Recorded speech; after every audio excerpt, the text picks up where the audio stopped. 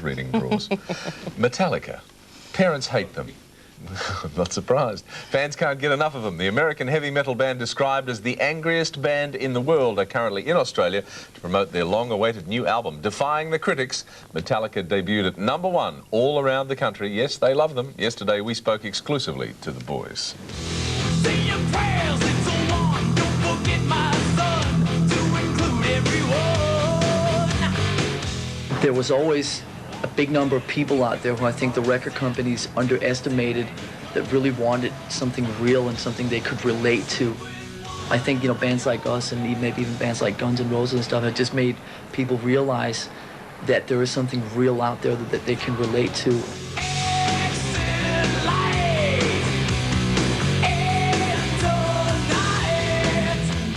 The newest Metallica album is the most listenable one because we took so long on it. We just have always made sure that we were pleasing the four of us first, and from that point of view I think we're a very selfish band. We are playing for ourselves first and primarily, because if we're not happy ourselves, then everybody out there is going to be able to see right through it, that we're just faking it, and we'd be the worst liars in the world. I can't remember anything, can't tell if this is true or a dream.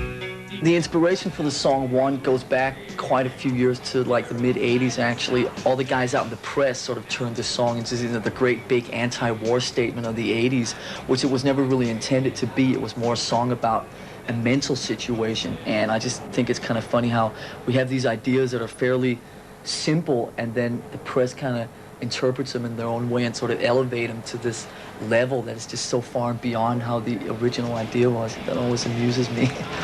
Digging my legs, digging my soul, and living life in hell. What's he saying?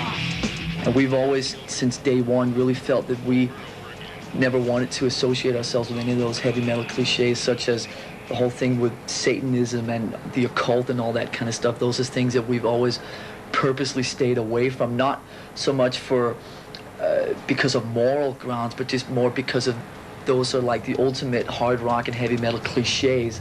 Still, baby, don't say a word, and never mind that noise you heard. Enter Sandman deals with the whole just thing about little kids and sleeping and dreaming and the few minutes before they go off to Never Never Land, and the whole thing with checking under the bed and in the closet, and this thing with the Lord's Prayer, and this thing where you sit there and you were so good at reciting It's the bedtime prayer, yeah. If I die before I wake, pray the Lord my soul to take. That's some pretty heavy stuff. With a 6-year-old kid, and your parents have said that to you, and you turn off the light, good night. You know, you're laying there, if I die, I don't want to die, what he's doing. Take my hand, off to Never Never Land. When you, dare I say it, sort of grow a little older, your musical horizons tend to open up quite a bit. Also, like when you like songwriters and stuff like that. I mean, something like, say, that has so little to do with Metallica, something like, George Michael or Madonna, something you'll sit there and go, wow, that's a really good song, just from a songwriting point of view, and just the whole spectrum just really opens up. I think it's appreciation of like Jason's saying, just good music. Love for music. Sleep with one eye open, gripping your pillow tight. We're gonna take like April and May away from the States and basically come and hang around here, so now you're warned.